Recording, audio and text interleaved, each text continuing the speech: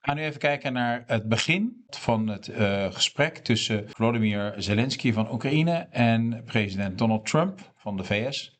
En we gaan daar stapsgewijs doorheen om even te analyseren wat er verbaal en non-verbaal wordt gecommuniceerd. Vervolgens gaan we kijken welke consequenties dat heeft voor de VS, voor Europa, voor Oekraïne en Rusland. En wie daar het meeste voordeel bij heeft. And you have to be very proud of them from that standpoint. But now we want to get it over with. It's enough, right? We want to get it over with. So it's an honor to have you here. Thank you very much for coming. We're going to sign the agreement at the conference in the East Room in a little while, right after lunch. And we'll be having lunch together. We're also discussing some other things. Kijk goed naar het gezicht van Zelensky. Er gebeurt van alles op zijn gezicht. Maar in ieder geval kun je uit zijn reactie opmaken dat hij geen instemmende bewegingen maakt. Wenkbrauwen omhoog, gaat aan zijn gezicht zitten frunniken. And we appreciate everybody being here. It's somewhat of an exciting moment, but the really exciting moment is when they stop the shooting and we end up with a deal. Zag jij nou wat ik ook zag? Een heel klein nee-schuddende beweging van Zelensky.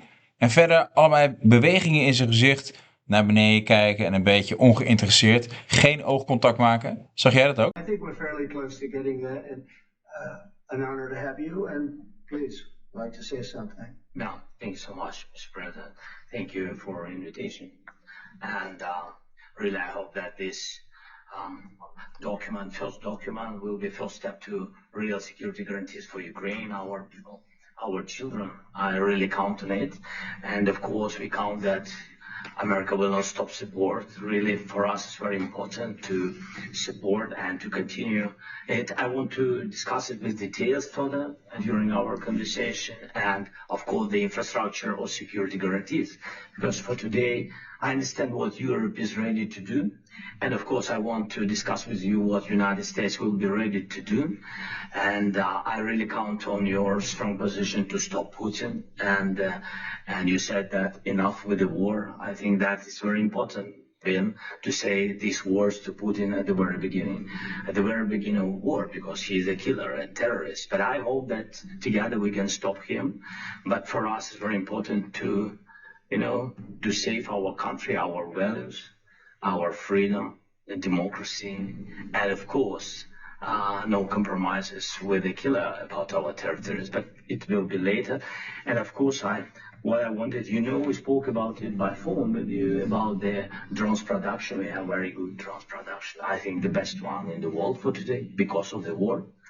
Yes, and of course, we need very much the air defense. You have the best air defense in the world, and really you helped us under attacks of Russians, and I want to speak how we can exchange the licenses. We're open to share the licenses of all our drones with you, of course, with the United States, and we need licenses for quick production of air defense. Even after the war, we need our nation to be calm, that we're secure. So that's why we need this air shield. And of course, about this, I want to speak about the contingents. I think that France and UK already spoke to you, and we know that Europe is ready, but without the United States, they will not be ready to be as strong as we need.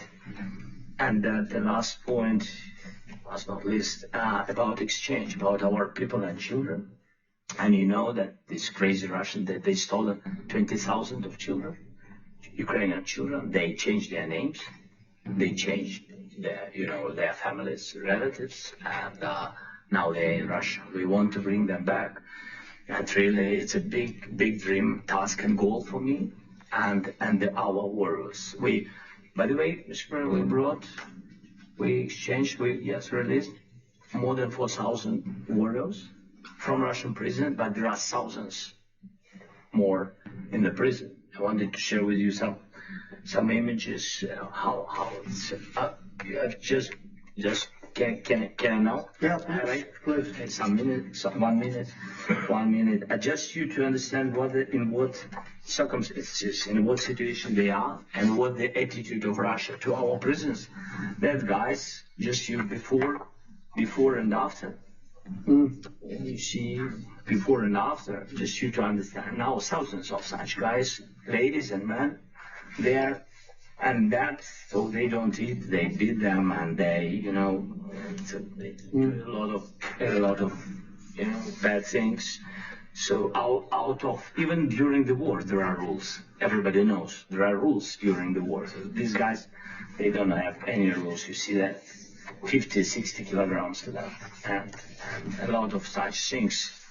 And I didn't want to show you what the changes with images of children, because I will just share with you. And I mean, it's looking tragic. No, that's tough stuff. I wanted very much to give you, and here you see it. Yeah. This is pastor, by the way. They stolen pastors because it's not Russian church. They stolen pastors and moved pastors to the prison. At the end of last year, we brought 3 pastors, and we could exchange them. And this is pastor, you see. Yeah, that's tough. Yeah. So I mean, this I wanted to show you, and yes. So thank you very much. We want to get that ended, right? Yeah. Of course, we will. I think we will. And We have to, of course. do you have any questions, please? Thank you, Mr. President. With the how much money is the U.S. going to put into the fund that is being created today, and how does this provide long-term security for Ukraine? Well, we don't know exactly how much, because we're going to be putting some money in a fund that we're going to get from the raw earth that we're going to be taking and sharing in terms of revenue. So it's going to be a lot of money will be made from the sale and from the use of raw earth. And as you know, our country doesn't have much raw earth. We have a lot of oil and gas, but we don't have a lot of the raw earth. And what we do have is protected by the environmentalists, but that could be unprotected, but still it's not very much. They have among the best in the world in terms of raw earth. So we're going to be using that, using it for all of the things we do, including AI and including weapons and the military, and it's really going to very much satisfy our needs. So it's something that just worked out really well. We have a lot of oil and we have a lot of gas, but we don't have raw earth. So this has just about every component of the raw earth that we need for computers, for all of the things we do. And this puts us in great shape. And on long-term security for Ukraine? I think they're going to have great long. I think once we make the agreement, that's going to be 95% of it. They're not going to go back to fighting. I've spoken with President Putin, and I feel very strong. I've known him for a long time, and I feel very strongly that they're very serious about it. And we'll make a deal. And when the deal is made, I don't think, we talk about security. Everyone's talking about the other day, all they talked about was security. I said, let me make the deal first. I have to make the deal first. I don't worry about security right now. We have to have a deal, because right now, last week, 2,000 soldiers died on both sides. 2,000.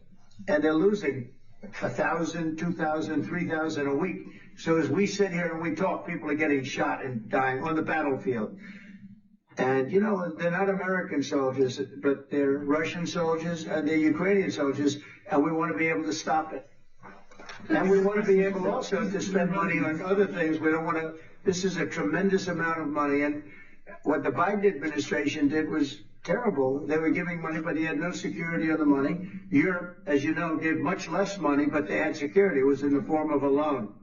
They get their money back, and we didn't. And now, at least we're protected, because the American taxpayer has to be protected too. But this is an incredible agreement for Ukraine, because we have a big investment in their country now, and what they have, very few people have. And we're able to really go forward with very, very high-tech things and many other things, including weaponry that we're going to use in many locations, but that we need for our country. This allows us to do this. Sorry. Yes, go ahead, please. If I can just, yes. in the document, there is one of the very important points. If we speak about business and investment, we never had LNG terminals in Ukraine. This document will open. I mean, the next document, but anyway, here we see in the framework, we see a really good will for this. LNG terminals for us is very important, and I think for security of European continent. We have the biggest storage, gas storage. We have the biggest in Europe. Yes, and we can use it. Use it for LNG. Use it for LNG, and we will do it. And really, we can help Europe because Europe really helped. President Trump said that they made less support, but they are our friends and they are our very supportive partners. They really gave a lot in spread. Yeah, really, they did. They gave a lot, but they gave much less. No. Much less. No. No. No. Okay. Okay.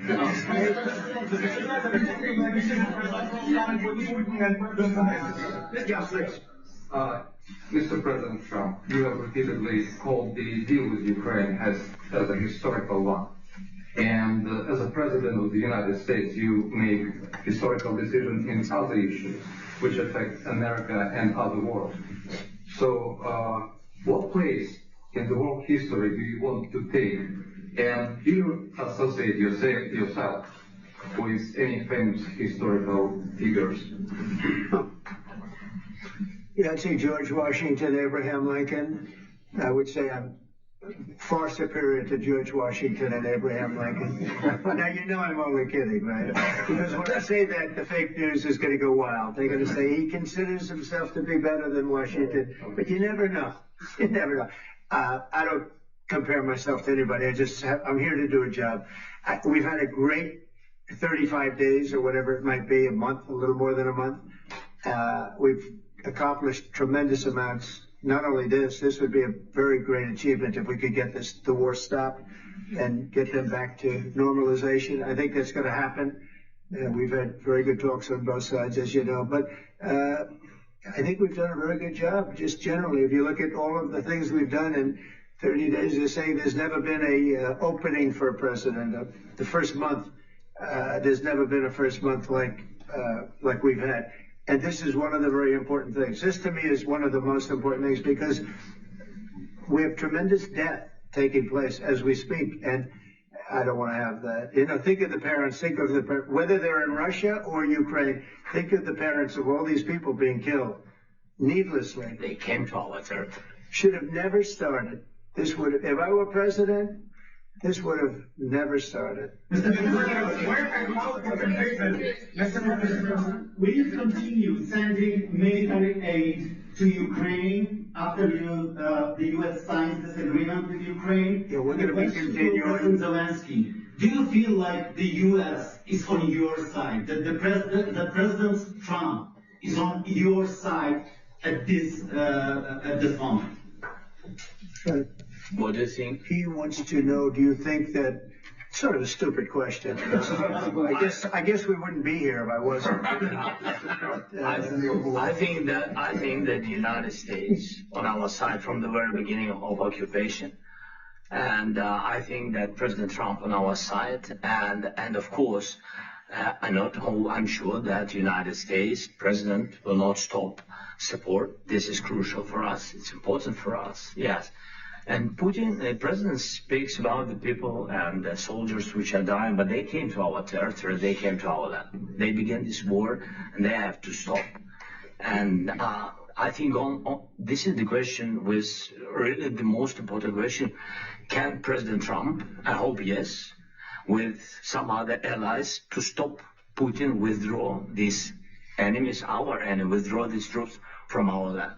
And I think that you asked about the history, I think that if President, or when he will stop Putin, if President Trump will bring peace to our country, I think he... Stelt Zelensky ook echt wel weer een eis aan Trump. Wanneer, if of when, als wanneer Trump vrede brengt. Will be on this wall. We've had very, very good talks. Hier zegt Trump, we've had very good talks. Dus dat is een positief iets. Hij probeert het gesprek weer te laten hervatten zonder heel erg in de moeilijkheden te gaan duiken waar Zelensky steeds in wil duiken. En dus Trump houdt het positief. En hij bevestigt daarmee ook, we hebben gesprekken gehad en we werken nu dus toe naar een overeenkomst. Die gaan we vanmiddag na de lunch tekenen. Dat is waar hij op aanstuurt.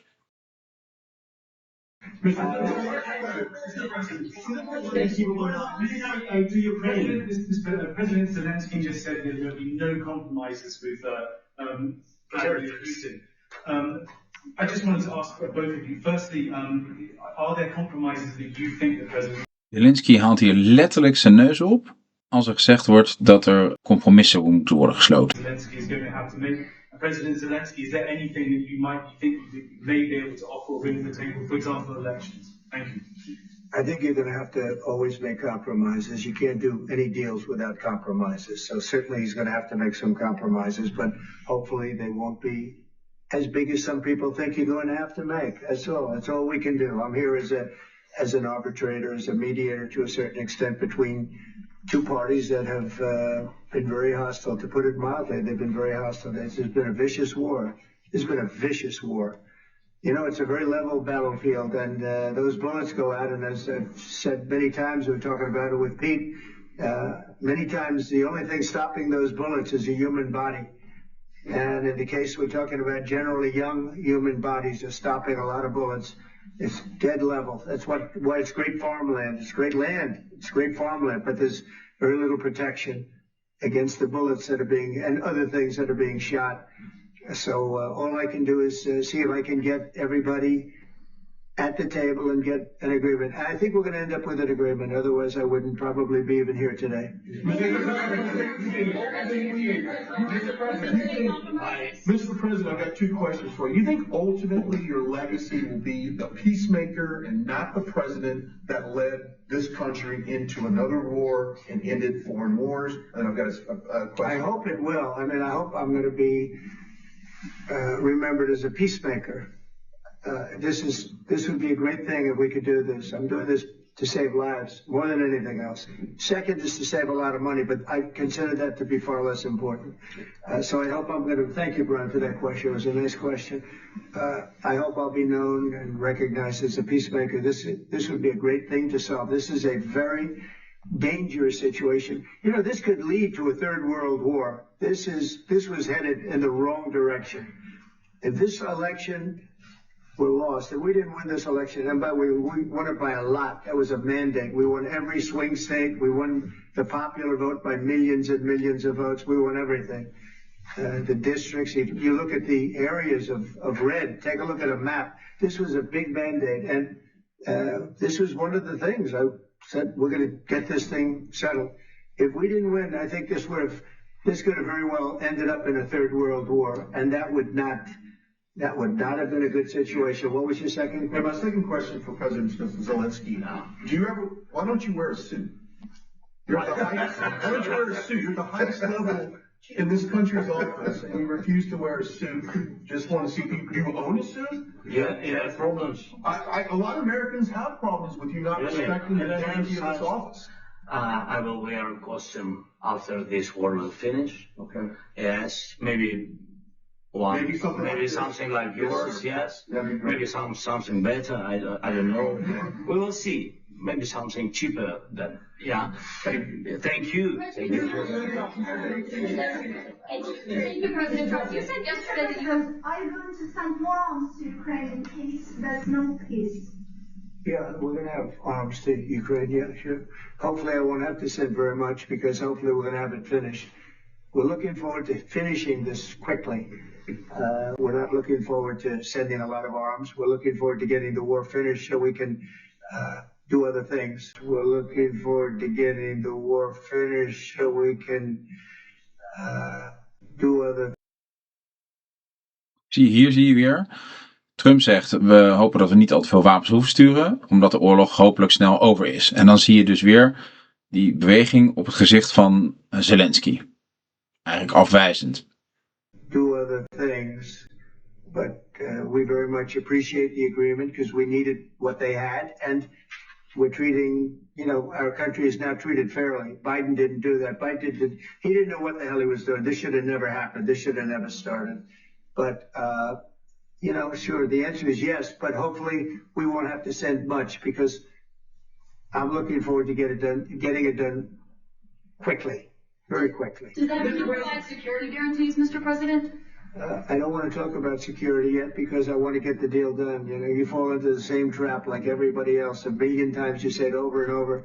I want to get the deal done. Security is so easy. That's about 2% of the problem. I'm not worried about security. I'm worried about getting the deal done. The security is the easy part. Security is very nice. Everybody stops shooting. And now will Europe put people there? I know France is going to. I know the UK is going to. I know other countries are going to, and they happen to be right next door. We haven't committed, but we could conceivably. We have security in a different form. We'll have workers there digging, taking the raw earth so that we can create a lot of great product in this country. So in that sense, you have something, but we haven't determined that yet. I will say, in speaking to France and in speaking to, and they were here, as you know, last week and just the other day, they have committed to a lot of security. I don't think you're going to need much security. I think once this deal gets done, it's over. Russia's not going to want to go back, and nobody's going to want to go back. When this deal ends, I really believe this deal is going to be over. Question. Yeah, please go ahead. Go ahead. Thank you. Mr. President, thank you. You had Macron and Keir Starmer at the White House this past week, both of whom praised your courage and conviction to lead the pathway towards peace. Yes. Part of that involved, though, re-engaging Russia in diplomatic relations, something that previous leaders lacked the conviction to do so. What gave you the moral courage and conviction to step forward and lead that? Well, I love this guy. Who are you with? One American News, sir. Well, that's why I like him. One American News does a great job. I like the question.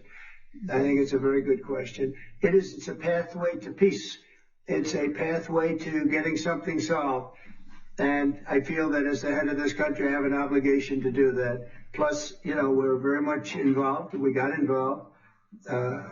It's too bad we got involved, because there should have been no involvement, because there should have been no war. And there shouldn't have been October 7th. That would have never happened. As you know, Iran was broke. They had no money to give to Hezbollah. They had no money to give to Hamas. They were stone cold broke. And then under Biden, they became rich as hell. They went from no money to $300 billion in a period of 4 years. And they gave a lot of, and you see what happened. And that's a real mess also that we hope to be able to solve. But no, I appreciate your question very much. I feel I have an obligation to try and do something to stop the death. I can answer. Yes, I can answer. Sorry. Please. And I do like your clothing, by the way. Yeah, really? Even I think he's a great guy, by the way. I don't know if you two like each other, but you know what? I think he's dressed. I like this guy. I think he's dressed beautiful. So I have more serious things than answer on side questions. I will answer on more serious questions if I can. Yeah, so please, about security guarantees and about just ceasefire. We can't just speak about ceasefire and speak. It will not work. Just ceasefire will never work, because I'm like a president. I have this experience, and not only me. Ukraine before my presidency, from the 2014, Putin broken 25 times. 25 times he broken his own signature. 25 times he broken ceasefire. But he never broke to me. He never broke to me. No, you were the president. You were the president during. He never broke to me. In 2016, you've been the president, Mr. President. You've been the president, but he had, of course, not with you, but he had during those periods, he had conversations with our side. And we had Normandy format, the France, Germany, Ukraine, and Russia. And he broken 25 times. That's why we will never accept just ceasefire. It will not work without security guarantees.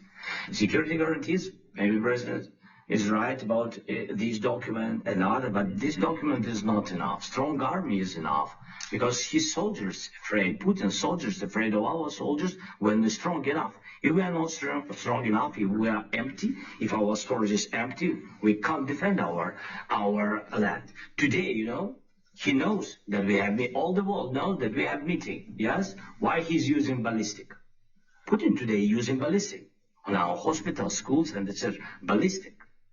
So he knows that we are here and that President Trump is really have goodwill to stop this war. And you hear now the president. So why he's using? So he doesn't want to stop. He doesn't want. But I hope that we will do it. Really, we'll do it. Security. When we speak about security guarantees, when the Europeans are ready for contingents, they need USA backstop. If there will not be United States, we will not never have any contingents from the Europeans because they don't want to divide alliance connection between the United States and the main and strongest ally and Europeans. And this is crucial. This is important. That's what we want to speak about very much. This is very important. And air defense. So air defense, really, we have big deficit with all these systems, and we need to provide this. We need it very much. Otherwise, Putin will never stop, and will go further and further. He doesn't want. He hates us. You know, it's not about me. He hates Ukrainians. He thinks that we are not a nation. He thinks, and he shares these thoughts. I think maybe with your team also. I don't know, but with all the Europeans in media, officially and not, he always said that there is no such country, such nation, such language, and such life like Ukrainian. No, he really doesn't respect all the Ukrainians, and he wants to destroy us. And you're right, Mr. President. That's 2%. This document, maybe other documents, it's a very good start, very good, but it will not enough to stop this person. Should I ask this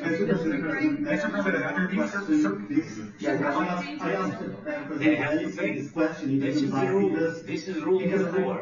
This is the rule of the war. During all the centuries, all the history, this is the rule of the war. Who began, those pay. This is the rule. Putin began this war. He has to pay all money for innovation. He has to pay. Of course, some Russian assets, what we have in Europe, about 300 billion, we can use them. We can use for innovation and buy military support from the United States also. We can do it, but it's not enough. It's not enough.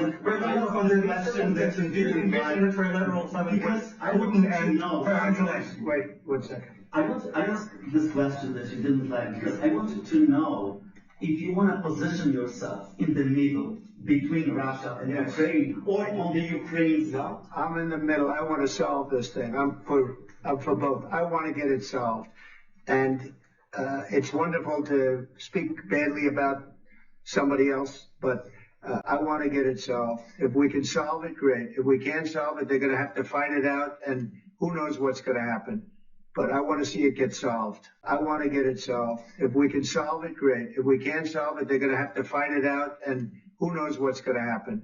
But I want to see it get solved. May I follow up? There's one more question about U.S. troops in Europe. After U.S. troops in Europe, after Russian invasion of Ukraine, your predecessor sent additional troops to Eastern Europe, including Poland, my country. Yeah? Are you committed to keeping these troops on the eastern flank of NATO in the future? I'm very committed to Poland. I think Poland has really stepped up and done a great job for NATO. They, as you know, they paid more than they had to. They are one of the finest groups of people I've ever known. I'm very committed to Poland. What about Baltics? Poland's in a tough neighborhood, you know. What about the Baltics? The Baltics, they got a lot of, it's a tough neighborhood too, but we're committed. We're going to be very committed, and we're committed to NATO. But NATO has to step up, and the Europeans have to step up more than they have. And I want to see them equalize, because they are in for far less than we're in, and they should be at least equal. You understand that? Why is the United States, we have an ocean in between. Why is the United States in for so much more money and other things as Europe? With that being said, as you said, they've also been obviously very helpful, but we have put in far more than they have, and I think they should equalize. Mr. President, Please, go ahead. About the agreement again today, what changed between the first time that Secretary Vance gave President Zelensky the agreement and today for the signing? We made a deal. So What was the I'm just, deciding factor? I'm a business person. We made a deal. That's what changed. Mr. President, I didn't think we were going to make a deal, and we ended up making the deal, so that changed. Mr. President, when and how do you envision a trilateral summit with President Zelensky and Putin? I don't know, but well, they don't like each other. I can tell you that. They do not like each other. This is not a love match, and it's unfortunate. That's why you're in this situation. The United States should not have allowed this to happen. Okay, the United States, run by a man that didn't know much. I'm going to be very nice. Run by an incompetent person, very incompetent person, should never have allowed this to happen. I've stopped wars. I've stopped many wars. My people will tell you, I stopped wars that nobody ever heard about. I stopped wars before they ever started. You can look at some of, I could give you a lot of nations that would tell you right now they were probably going to war. I could tell you right now there's a nation thinking about going to war on something that nobody in this room has ever even heard about. Two smaller nations, but big, still big. And I think I've stopped it. But this should have never happened. Mr. President. Sorry, just a second. About any negotiations. First of all, I want really to tell you, and I think that everybody understands that Ukraine, more than Ukrainians, nobody wants to stop this war. But at the future, any negotiations, it's understandable that two sides of the war, not Russia and the United States, because this is not the war between Russia and the United States. This is war of Russia against Ukraine and Ukrainian people. So these two sides will be at the will be at the negotiation table. Then of course United States, like the strongest partner of the Ukraine, and of course Europe. I think Europe is very important. I want to speak about it with the president. Yes, Europe is very important for us because we really defend Europe for today. All Europeans really recognize that we are defending life and they have real life and our people are dying. That's why they helped us. And also it's about the NATO. Yes, between, like the president said, you have big, nice ocean. Yes, between us. But if we will not stay, Russia will go further to Baltics and to Poland, by the way. But first to the Baltics. It's understandable for them because they've been in the USSR. You know, they've been one of the republics of the USSR, and Putin wants to bring them back to his empire. It's a fact. And when he will go there, if we will not stay, you will fight. Your American soldiers. It doesn't matter. Do you have ocean or not? Your soldiers will fight. Mr. President, would you be willing to visit Ukraine, maybe Kyiv or Odessa, which is going to be a 30-year-old Black Sea? It was my question. Sorry. I don't want to talk about Odessa. Let's not talk about Odessa. I want to talk about making a deal, getting peace. We don't have to talk about Odessa, but a lot of cities have been destroyed. A lot of cities that are not recognizable. There's not a building standing. No. And a lot of things have happened. You have to come and to look. No. We have very good cities. Yes, a lot of things have been destroyed, but mostly cities alive and people work and children go to school. Sometimes it's very difficult. Sometimes closer to front line, children have to go to underground schools or online, but we live. Ukraine is fighting and Ukraine lives. This is very important. And maybe it's Putin is sharing this information that he destroyed us. And he lost 700,000 people, 700,000 soldiers. He lost everything. Yes. So, Mr. President, more. I mentioned Please, go ahead. When did you last speak with President Putin? And what did he say? A couple of days ago. And what did he tell you that gave you the assurance that he wanted peace? Well, that's what I do. My whole life is deals. I know pretty good. And I've known him for a long time. I've dealt with him for a long time. He had to suffer through the Russia hoax. You know, Russia was a hoax. That was all Biden. It was nothing to do with him. So he had to suffer through that, and he was able to do that. I think that he wants to make a deal, and he'd like to see it end. That's all I do. That's what I do. My whole life, that's what I do is make deals. And I'm in the middle of a mess because this is a real mess. It's a very dangerous one. If this doesn't get solved now, it's not going to get solved for a long time. So I hope we're going to get it solved. In the back, please. Thank you, Mr. President. Prime Minister Robert claimed repeatedly that his government believes in free speech and was not engaged in censorship. But his country's government arrests people for memes and thought crimes, and even more worrisome is pressuring American companies to censor Americans on his behalf. How can he be a reliable, trustworthy partner when he says things that are demonstrably false on such an important topic? Well, we actually spoke to him about that yesterday, and we thought they took it very, very much too far. JD was very strong on it. So was I. So was Marco. And we've been speaking to him about it. Marco, would you like to say something about it? We have concerns, obviously, with the conduct of theirs, particularly as it impacts Americans. And there's real concern that American speech, which is online, could fall into the hands of British or any country's jurisdiction. And so this is a point the Vice President made in Munich, and I think it's a very compelling one that what unites us with Europe, as much as anything else, is these shared values, and one of them being free speech. And so if Americans are threatened by it, we're going to need to take action in that regard. It's actually a very important question. We spoke about this in detail with the Prime Minister, the Foreign Secretary, and others at lunch yesterday. And I know that Secretary of Commerce Lutnick followed up in private meetings last night. This is really important. We believe Americans have the right to speak their mind, even if we in this room disagree with them. They have the right to speak their mind in the public square, which is often online these days. And we're going to defend that right as it pertains to American companies and American citizens vigorously if we have to. I do think that under the President's leadership, we're going to find common ground with our friends in the UK on this question, but it remains to be seen. The principle that will guide us is we believe in free speech in this country, and we'll fight for it for American citizens. Mr. President, on the deal, is there any other oil and gas component to the deal? Is it all A little bit.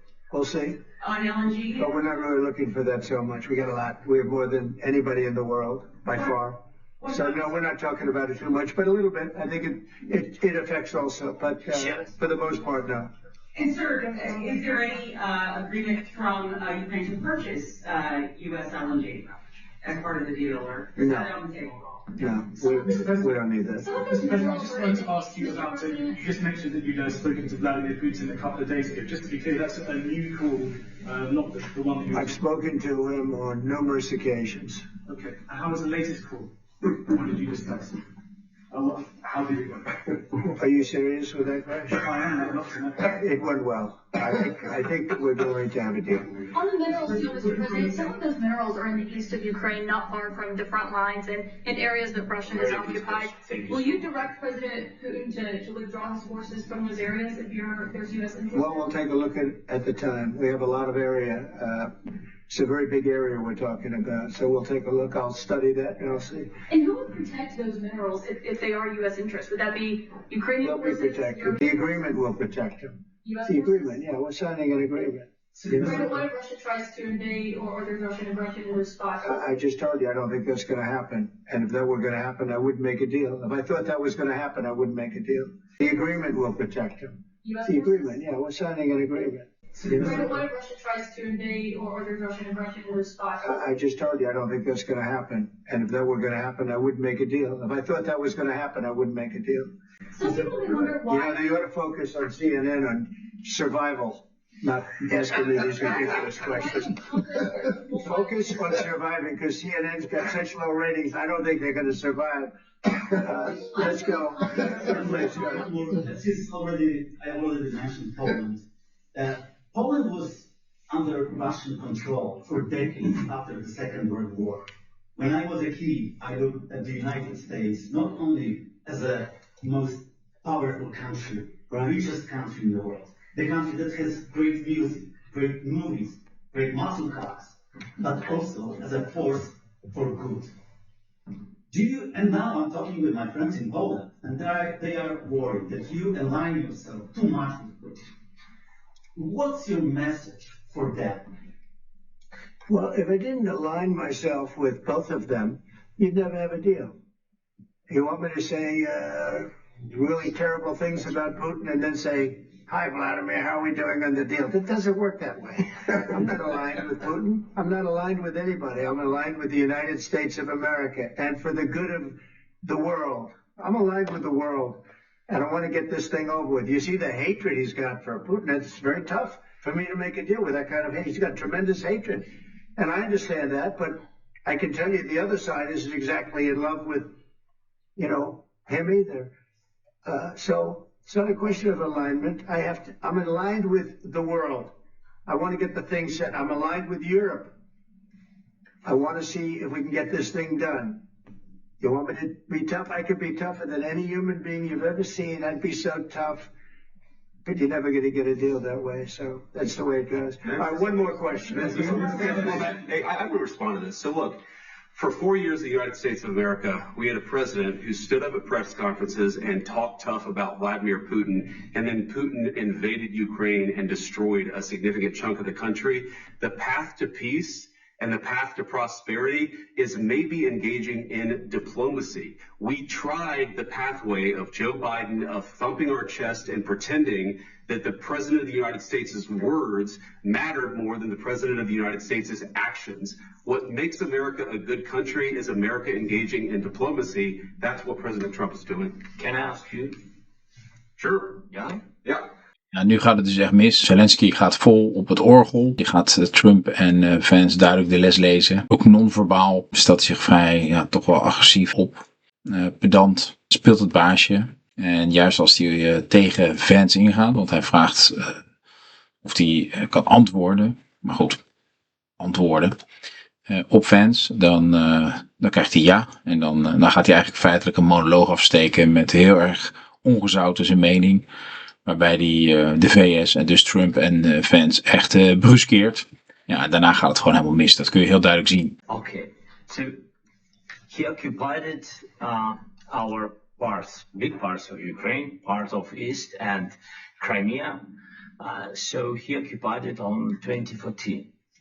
So during a lot of years, I'm not speaking about just Biden, but those time was Obama, then President Obama, then President Trump, then President Biden, now President Trump, and God bless, now President Trump will stop him. But during 2014, nobody stopped him. He just occupied and took. He killed people. You know what the contact 2015. 2014. 2014 is 2014? Yeah. So I was not here. Yeah, that's exactly right. Yes, but during 2014 till 2022, the situation the same. The people have been dying on the contact line. Nobody stopped him. You know that we had conversations with him, a lot of conversation, my bilateral conversation, and we signed with him, me, like a new president. In 2019, I signed with him the deal. I signed with him, Macron and Merkel, we signed ceasefire. Ceasefire. All of them told me that he will never go. We signed him with gas contract. Yes, but after that, he broken this ceasefire. He killed our people and he didn't exchange prisoners. We signed the exchange of prisoners, but he didn't do it. What kind of diplomacy, JD, you are speaking about? What do you mean? I'm talking about the kind of diplomacy that's going to end the destruction of your country. Yes, but Mr. President, with respect, I think it's disrespectful for you to come into the Oval Office and try to litigate this in front of the American media. Right now, you guys are going around and forcing conscripts to the front lines because you have manpower problems. You should be thanking the president for trying to bring it into this conflict. Have you ever been to Ukraine that you say what problems we have? I have been to. I've actually watched and seen the stories, and I know what happens is you bring them on a propaganda tour, Mr. President. Do you disagree that you've had problems bringing people into your military? And do you think that it's respectful to come to the Oval Office of the United States of America and attack the administration that is trying to prevent the destruction of your country? A lot of questions. Let's start from the beginning. Sure. First of all, during the war, everybody has problems. Even you, but you have nice ocean and don't feel now. But you will feel it in the future. Ja, hier gaat het dus echt definitief mis tussen deze drie heren. Maar als je goed kijkt, dan zie je echt wat dat het aan Zelensky ligt. Het gaat zelfs zo ver dat Zelensky dreigt. Wat zegt hij namelijk letterlijk? Hij zegt, u zal voelen wat er dan gebeurt.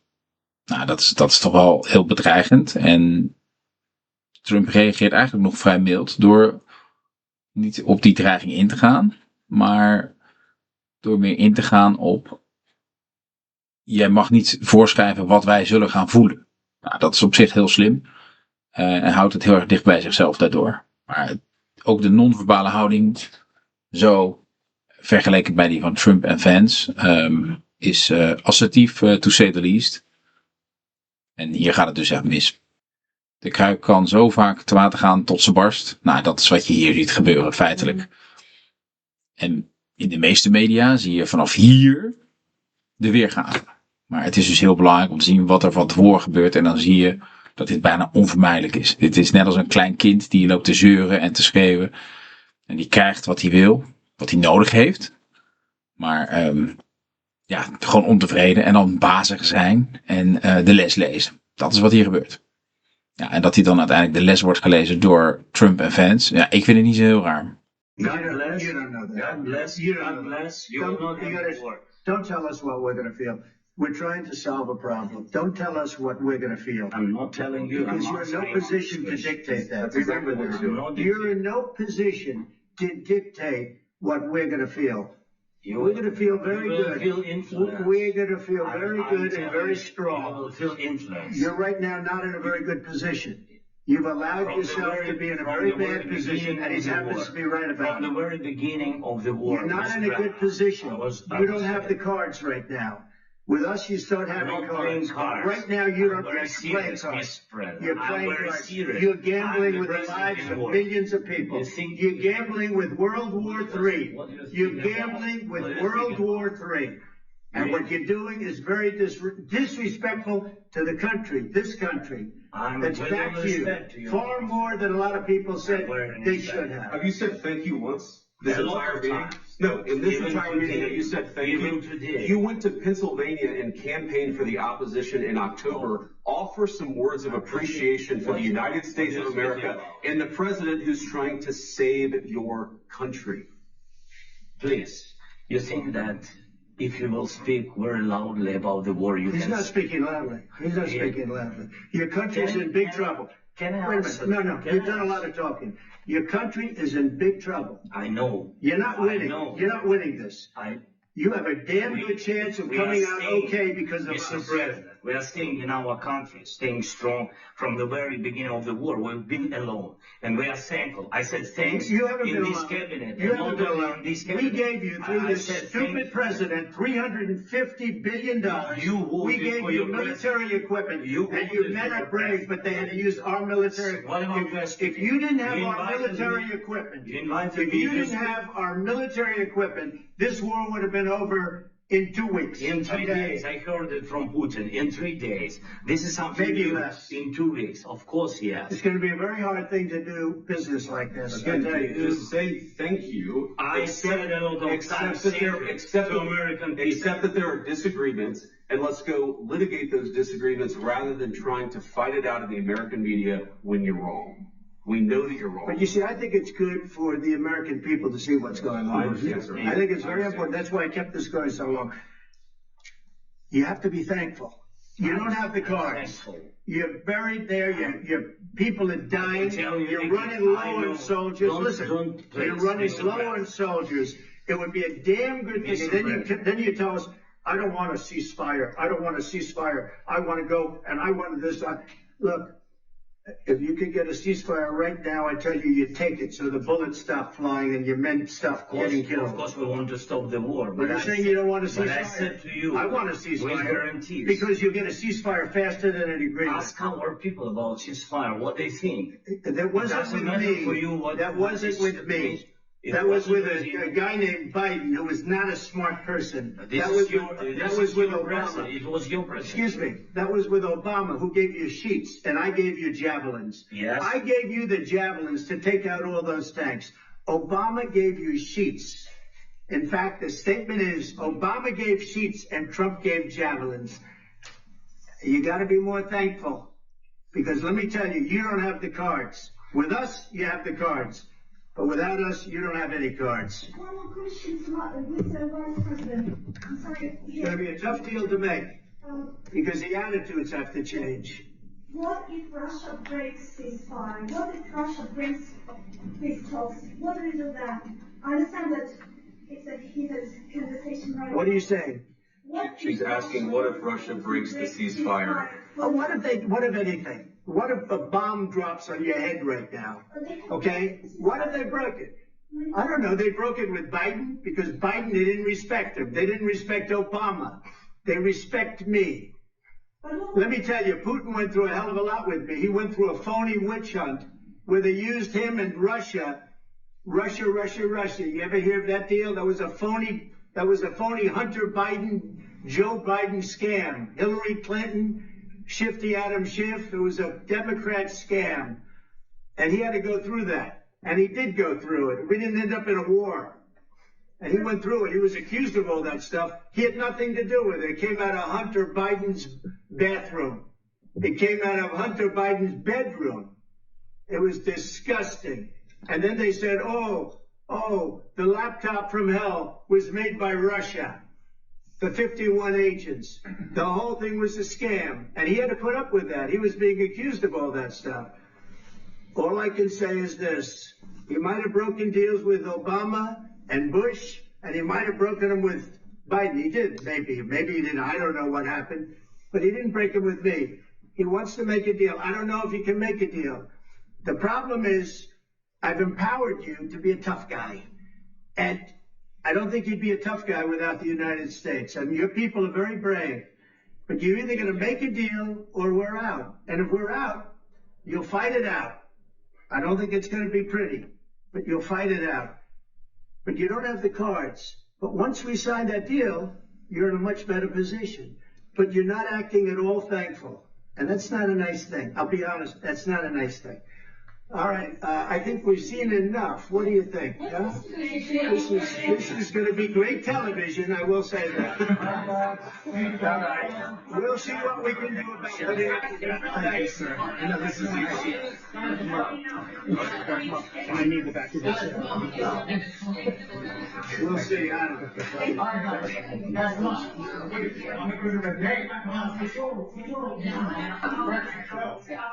Guys, come on.